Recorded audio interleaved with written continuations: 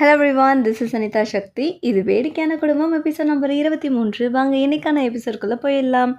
ஹீரோயினுக்கும் ஹீரோக்கும் அஃபிஷியலாக கல்யாணம் நடந்திருக்கும். 2 பேரும் ஒரே ரூமில் தங்கியிருப்பாங்க. ஆனால் ஹீரோயினி கூட தங்கியிருக்க மாட்டார்.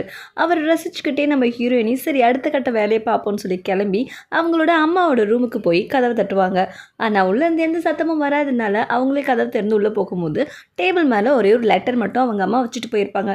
அதை படிக்கும்போது நான் உலகத்திலே பெருசாக நினைக்கிற பொக்கிஷம் நீ தான் அப்படின்னு சொல்லி எழுதியிருக்கோம். இதெல்லாம் பார்க்கும்போது என்னோட அம்மா ஏன் இந்த மாதிரி சொல்கிறாங்க, அவங்க இதுக்கு முன்னாடி இப்படி பிஹேவ் பண்ணது இல்லையே அப்படின்னு சொல்லி யோசிச்சுட்டு இருக்கும் போதே பனிப்பெண் அந்த இடத்த கிராஸ் பண்ணுவா. நில்லு, என்னோட அம்மாவை பார்த்தியா அப்படின்னு சொல்லி கேட்கும்போது, உங்களோட அம்மாவா, இப்போ தான் வெளியில் போகிறத பார்த்தேன். எப்போ? இப்போ தான் அப்படின்னு சொன்னோன்னு வெளியில் வந்து கேட்டப்போ இப்படி தான் போனாங்கன்னு வழி சொல்லுவாங்க. சரி போகலான்னு பார்த்தா அதுக்குள்ளே காவலாளிக ஹீரோயினி சுற்று போட்டு நீ தானே சிக்ஸுன்னு கேட்க ஆமான்னு சொல்ல அரெஸ்ட் பண்ணுங்க அப்படின்னு சொல்லிடுவாங்க. எதுக்காக? நீ பண்ண வேலை வெளியில் வந்துருச்சு, உன்னை மர்டர் கேஸில் அரெஸ்ட் பண்ணுறோம், நீ தானே அந்த கொலையை பண்ண. ஐயோ தெரிஞ்சு போச்சா, இவ்வளோ இழுத்துட்டு போங்க அப்படின்னு சொன்னதும் ஹீரோயினி இழுத்துட்டு போயிடுவாங்க. இதை வெளியில் பார்த்துட்டு காவலாளி உள்ளே சொன்னதும் பாட்டியெல்லாம் ரொம்ப டென்ஷன் ஆகிடுவாங்க. இப்போ என்னத்தை பண்ணுறது, அவள் இப்படிப்பட்ட ஒரு காரியத்தை செஞ்சுருப்பான்னு நான் நினச்சி கூட பார்க்கல. நம்ம குடும்பத்தையே அசிங்கப்படுத்திட்டா. இங்கே பாரு, நம்ம குடும்பத்தோட ரெப்புடேஷன் கெட்டு போகக்கூடாது. என்னாச்சுன்னு பாருங்க அப்படின்னு சொல்லிட்டு இருக்கும்போது ஹீரோ வந்துருவாரு. என்னப்பா சிக்ஸியை கூட்டிகிட்டு போயிட்டாங்க, என்னாச்சு? அவள் நல்லவ, கவர்மெண்ட்டில் சொல்லிட்டாங்களா? நான் சொல்கிறேன். ஐயா, இப்போ அதையா கேட்டாங்க? கவர்மெண்ட்டில் என்ன சொன்னாங்க? அவளை நீ மட்டும் நல்லவன் சொல்லிட்டா போதுமா? கொலை கேஸில் உள்ள போயிருக்கா, அவளை நிரபராதின்னு சொல்கிறதுக்கு உங்ககிட்ட என்ன இருக்குது? அதெல்லாம் தெரியாது, நான் அவளை கண்டிப்பாக காப்பாற்றிடுவேன். இவன் ஒருத்தா. இங்கே பார் மருமகளே, நம்மளோட குடும்பத்தோட ரெப்புடேஷன் போகக்கூடாது, அதை நீ தான் பார்த்துக்கணும். அப்புறம் நீப்பா கவர்மெண்ட்டில் கொடுக்க வேண்டியது கொடுத்து நம்மளோட குடும்பத்தோட பேர் வெளியில் வராமல் பார்த்துக்கோ. வெளியில் தெரிஞ்சு மானம் போயிடும். அப்புறம் இந்த உண்மை வெளியில் வந்துருச்சுன்னா நீ அவளை டிவோர்ஸ் பண்ணுற மாதிரி வரும், பார்த்துக்கோ. அப்படியே அவளுக்கு தண்டனையே கிடைச்சாலும் என்னால் அவளை விட்டுட்டு வர முடியாது அப்படின்னு சொல்லி ஹீரோ சொல்லிடுவாரு. இதை கேட்ட குண்டு பொண்ணு கைத்தட்டி, நீ தான் ஆம்பளை, ஒன்று மாதிரி ஒருத்தன் கூட தான் நான் நிற்பேன், என்னானாலும் அவளை காப்பாற்றணும்னு நினைக்கிற பாரு, சில பேரும் இருக்காங்களே அப்படின்னு சொல்லி அவங்க வீட்டுக்கார குத்தி காட்டி பேசிட்டு, சாரி உங்கள் கூட என்னால் நிற்க முடியாது, நான் ஜின்கான் கூட தான் நிற்பேன் அப்படின்னு சொல்லிட்டு சப்போர்ட் பண்ணிட்டு போயிடுவாங்க. நான் பண்ண வேண்டியதை பண்ணுறேன் அப்படின்னு சொல்லிட்டு அவங்க வீட்டுக்காரும் போயிடுவார்.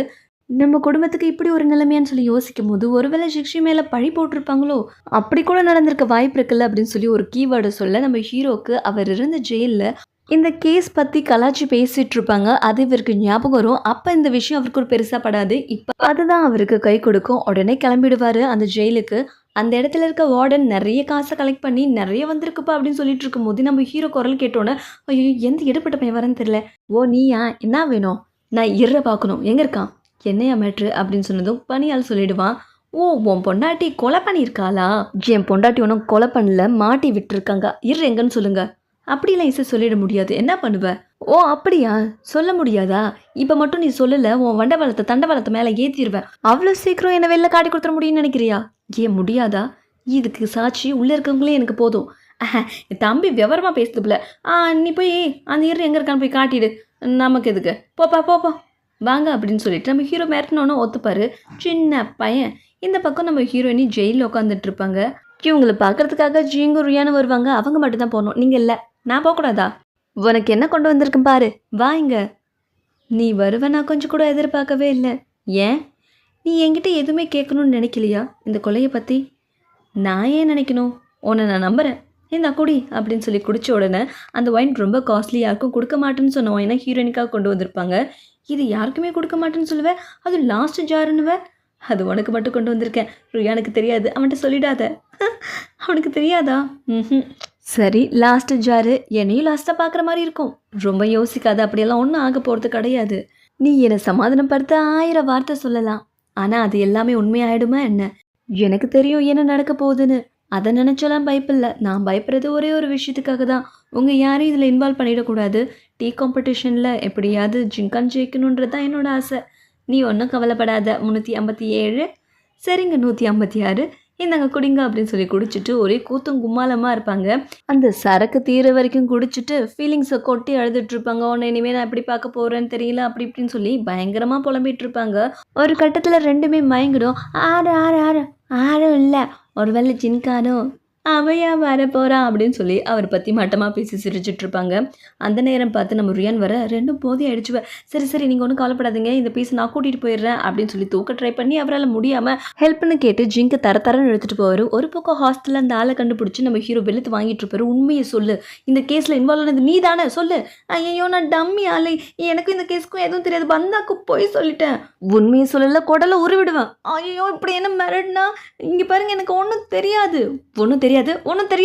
இல்லை சொல்லிடுறேன். அவன் பேர் ஜியாங் டயாங். ஆனால் அவன் இப்போ எங்கே இருக்கான்னு தெரியாது. ஆனால் ஒரு க்ளூ மட்டும் சொல்ல முடியும், லாங் டங் டீ கூட தான் சம்மந்தப்பட்டிருக்கானு. அந்த ஏரியாவில் பொண்ணுங்களை சப்ளை பண்ணிட்டு இருப்பாங்க. இதை பார்த்து நம்மளோட ஹீரோ இந்த வீட்டில் தான் அவன் ஒளிஞ்சிருக்கான் அப்படின்னு சொல்லி விசாரிக்கிறதுக்காக வருவார்.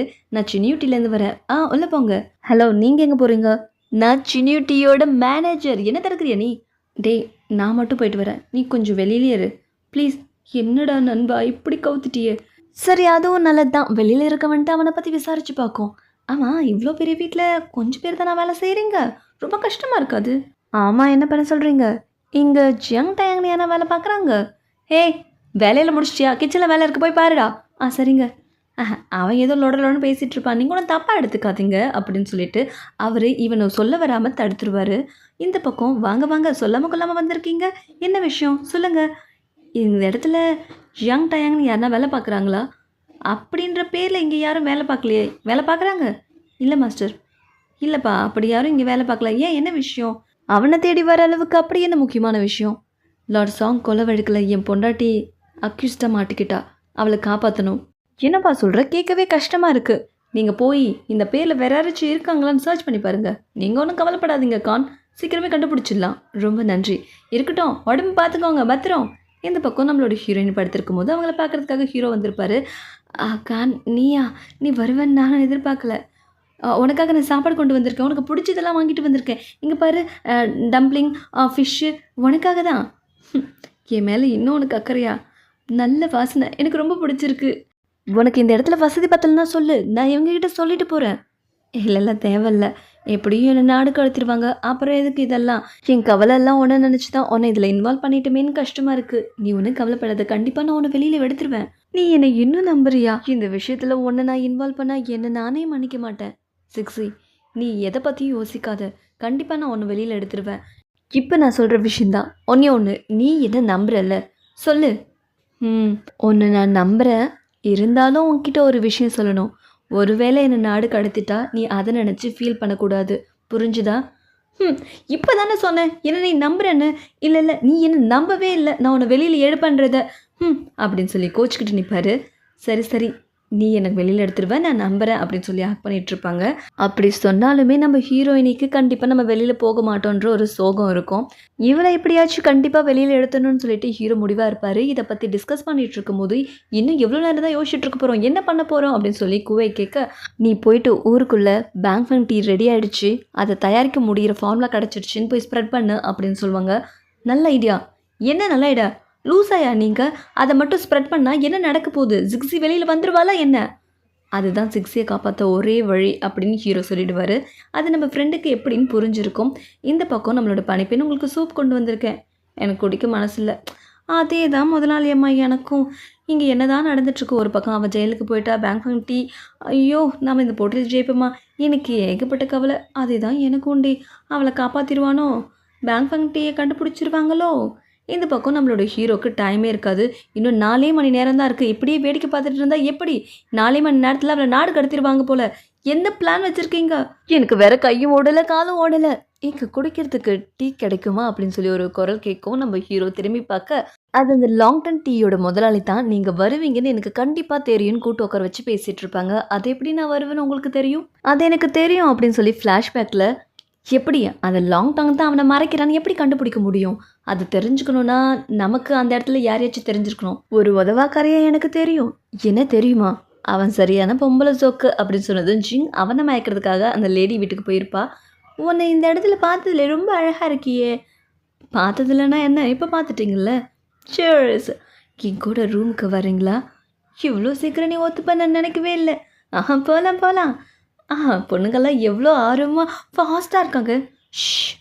எதுவும் பேசக்கூடாது, நான் தான் பேசுவேன் அப்படின்னு சொல்லிட்டு இவர் வந்து நிற்க, நீ யாரு?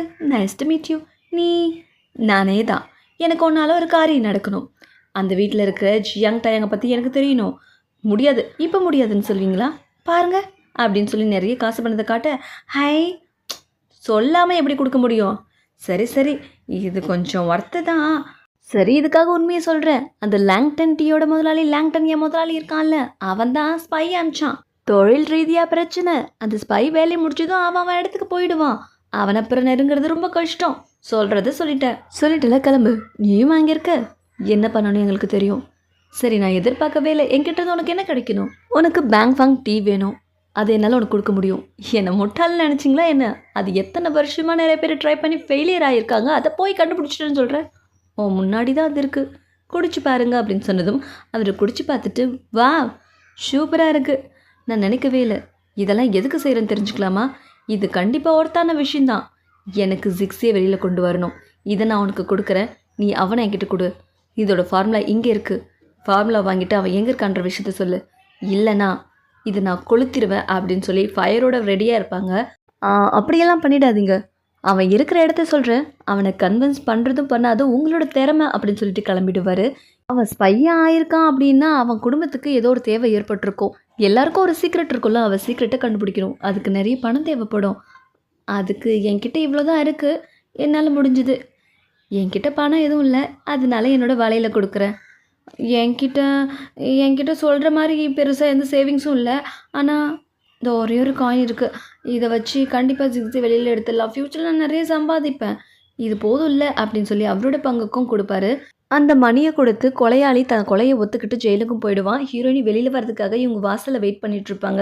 ஹீரோயினியை பார்த்து சந்தோஷத்தில் கட்டி பிடிச்சி வர செஞ்சுட்டு இருப்பாங்க. என்னை எப்படி ஜெயிலேருந்து வெளியில் கொண்டு வந்தீங்கன்ற சீக்கிரட்டை சொன்னோன்னா, உன் முட்டாள் புருஷன் தான் பேங்க் டீயை கொடுத்து உன்னை வெளியில் கூட்டிகிட்டு வந்தான். முட்டாள் புருஷனா? திறமையானவன். எனக்காக நீங்கள் இவ்வளோ அழைச்சிருக்கீங்களா அப்படின்னு சொன்னோன்னே, பரவாயில்ல எல்லாம் உனக்காக தானே.